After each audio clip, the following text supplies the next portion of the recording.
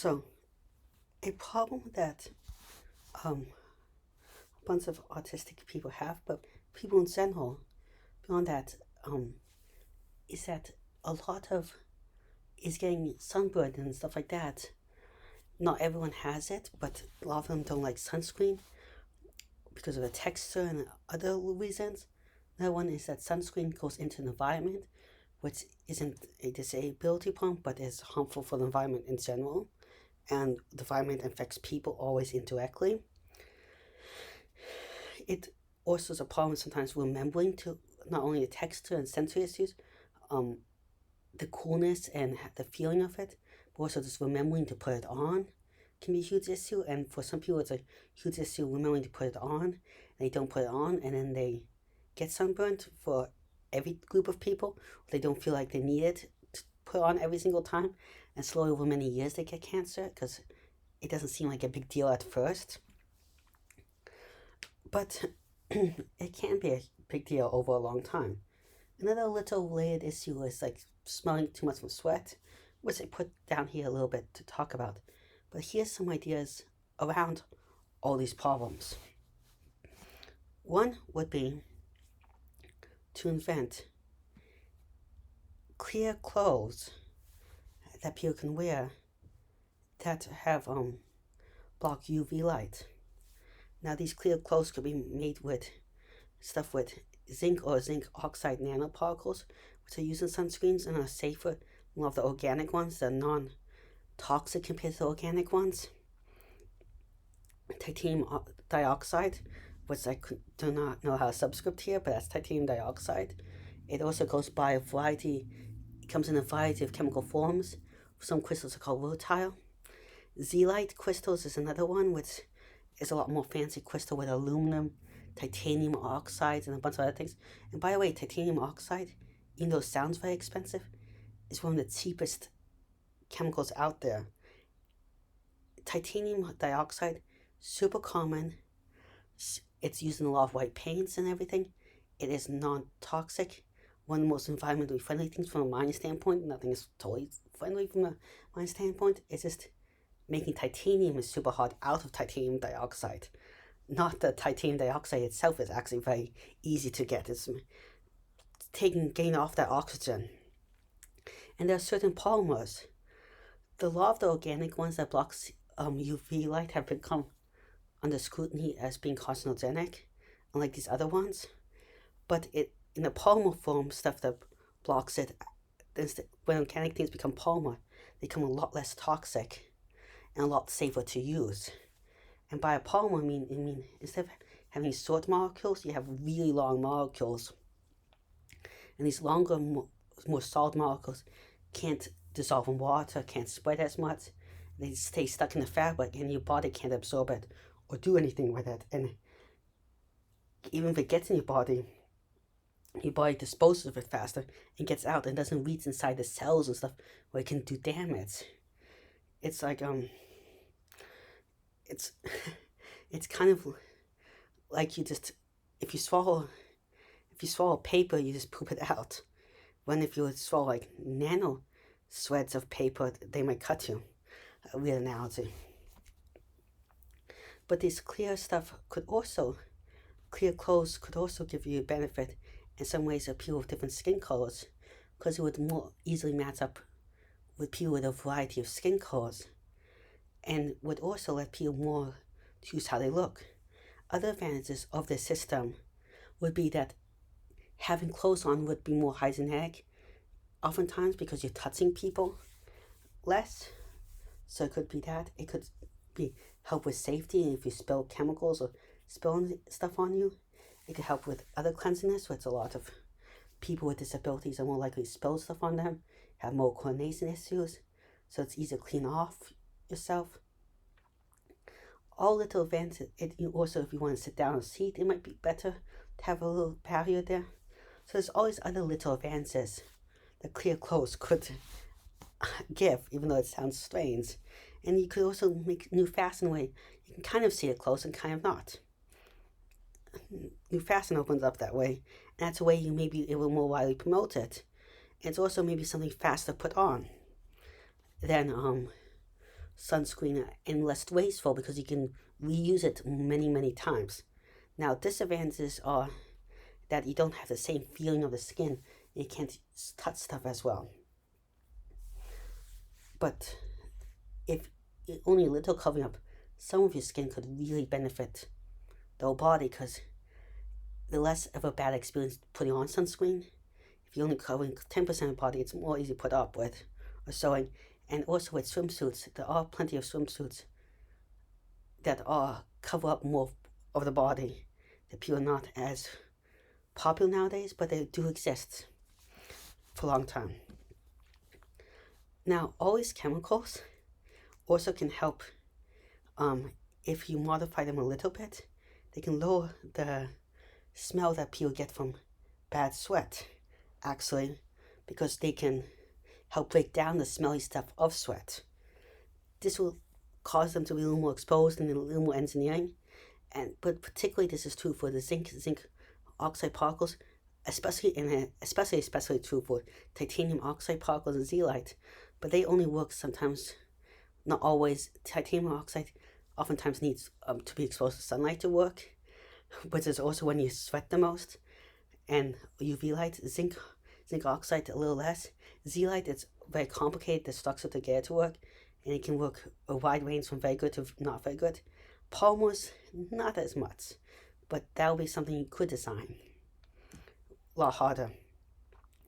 And lowering the amount of sweat can help with the same problems of people that not like putting on deodorant, or forget of putting deodorant, or have weird skin problems that they break out into stuff with little textures and stuff when it touches their skin.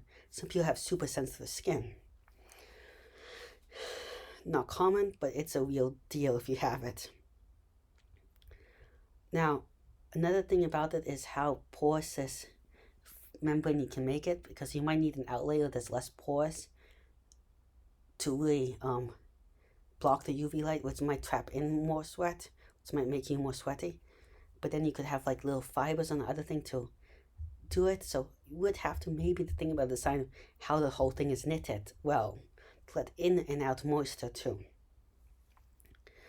So another idea, which would only work with the UV light, is, will work a little bit of sweat because it will cool you down, is to normalize carrying an umbrella, which would lower sunburn without making you look any different, and would also make you a little cooler safely and stuff like that.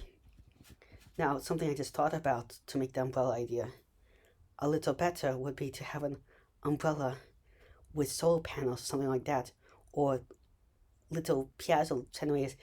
Piezo wouldn't be very efficient, but it could generate a tiny bit of electricity or something to help charge devices. But umbrellas, the main problem with umbrellas is that you have to carry the umbrella actually around with you full time, which could be quite an annoyance for some people. So that's why I bring up to the fourth point. Maybe, and it's more of an annoyance if you're disabled, like if you're in a wheelchair or something, and you're already using one wheel, if you're on crutches or something like that, and you already have limited uses of your hands. A better idea maybe it will be an umbrella backpack, or attachable umbrella with a clip that could attach to backpacks or other things, and maybe have adjustments. You could even design clear umbrellas or something like that if you really want to do some weird fashion treatment. And umbrellas also have the benefit of helping people with other light sensitivities go on. Another idea is an umbrella built into a hat, which will look a little interesting. And yes, umbrellas might have to be foldable and stuff, and the hat might have to have some weird origami folding, like you twist it and it becomes more tightly packed or something, and twist out. Another idea for just putting sunscreen on the body would be a bath coat that I came up with. Instead of having it where you have the weird texture of just unevenness, you go into the bath and the bath coats you with the sunscreen and you come out of the bath. That is, if you have a morning bath routine, that might be an okay thing to do. But a lot of people with these issues also do not like baths, so it might not be the best there for everyone, but it might be a niche use. And it's also wasteful unless you already take a lot of baths every day for cleaning and smell. And the bath routine, you could also put on more of a deodorant of types, but it wouldn't be a deodorant that blocks sweat because it'll be over your whole body and you don't want to block sweat your whole body. There are some bacteria actually that you could put in the bath that these bacteria break down and eat your sweat like other things, but they don't cause as much of a stink as these other bacteria, and that could help you. And some bacteria might even produce compounds that help protect you from UV light, but that's a little more controversial. Well, more than a little bit. There's definitely bacteria that can handle a lot of UV light a lot better, but do they produce stuff that really protects you from UV light? And the bath coat will also probably more easily come off if you get wet or dirty or something like that than sunscreen and stuff like that, and all these other ideas. And another thing about the clothes, all the other previous ideas, is they really don't come off, unlike sunscreen and stuff like that. But for 3 to 6, it really depends on the angle of the sun and how light is also bouncing around, which is a huge deal. Another idea would be to have a barcode, like a deodorant thing, that you could put on the sunscreen on your body. This could make estimating how much you can put so you don't waste a ton or you cover up all the sections more easily. You could put a thinner coat that's just as effective. And you could have a barcode with rolling bars or to make it feel more gentle or in other ways. And then you could have it so you have different amount of stickiness, gives and stuff like that. So, or different with this slightly modifying, so like has more of a gel consistency or less of it, depending on how much moist and solid it is. You can modify the consistency for different temperatures, so it feels like it's different temperatures pretty easily. Because what makes something feel colder or hotter to your body is its actual temperature, but also how much heat it draws away from your body is what you're actually measuring, or how much heat it puts in your body. And metals are very good at drawing heat away from you. They're good at radiating heat. So you oftentimes feel colder than they actually are, because your body is at a temperature above usually the outside temperature. And when it touches a metal, it is colder.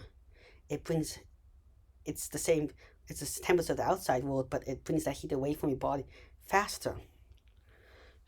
The same as with water at room temperature. But it goes also the reverse. When it's higher than body temperature, it will feel hotter. You could make a barcode that feels like a certain temperature and texture and everything. And even make it customizable, maybe by mixing up different amounts of water or something before you make this soap, and it hardens somewhere, or they deliver it at different hardnesses with customizable machinery, or it's at home thing you do. Another idea I have would be for a UV pool, I call it, but it's a pool when they put outdoors, where they put slight chemicals to block in UV light, so the stuff part of your body that's submerged or wet doesn't get affected by UV light. Kind of like the bath coat idea. Now you might be wondering about toxicity of adding these chemicals. Well, a lot of them that are very, very non-toxic, but they don't work as well as some of the other chemicals. But depending on how much of your body is underwater, it would have a big deal. So like your feet would be very well protected if you're staying in the water, because there'll be inches for it to absorb stuff. Your face might not be with a slight wetness. And then you're not also swallowing these chemicals, making them a lot safer. But you would have to figure out what chemicals would work. They could also, some of these chemicals could work as also disinfectants for a pool, like titanium dioxide or chlorine is a disinfectant, but you can have other things be it. And disinfectants are not necessarily bad for you. Another one is to have more coverings outdoors. And by coverings, I mean like lanais is what you call over pools and stuff, but like clear rooftops that let in light and air and stuff like that, but block a lot of the UV light. And they can also block leaves from falling in places or other things from falling in places, making it dirty. And they can act as cover from rain in certain places. Stuff like that more outdoors. just to reduce the amount of UV light in particular places. Now, people that are more UV sensitive might spend more time in those places, consciously or not consciously. Not consciously, it might be some feeling. Sometimes UV light can get to you and actually make you feel off. The last idea I want to bring up here is trees. This might sound unusual, but planting more trees and bushes would give more shade that will block out some of the UV light. Not all of it, but some of it. And it's also what trees would do in particular a lot. And also pools would do this, but trees do this in a more natural way.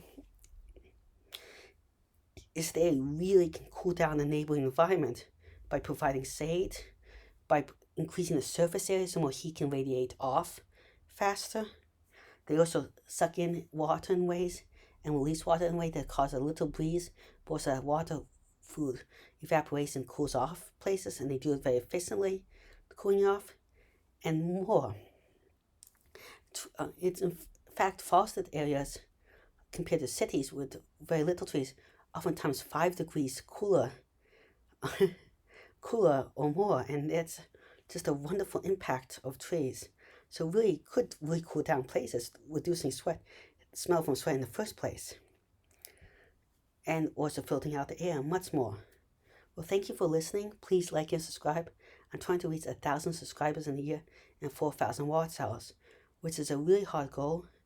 With your help, I think I can do it. Also, if any comments or suggestions for future videos, please leave in the comment section below.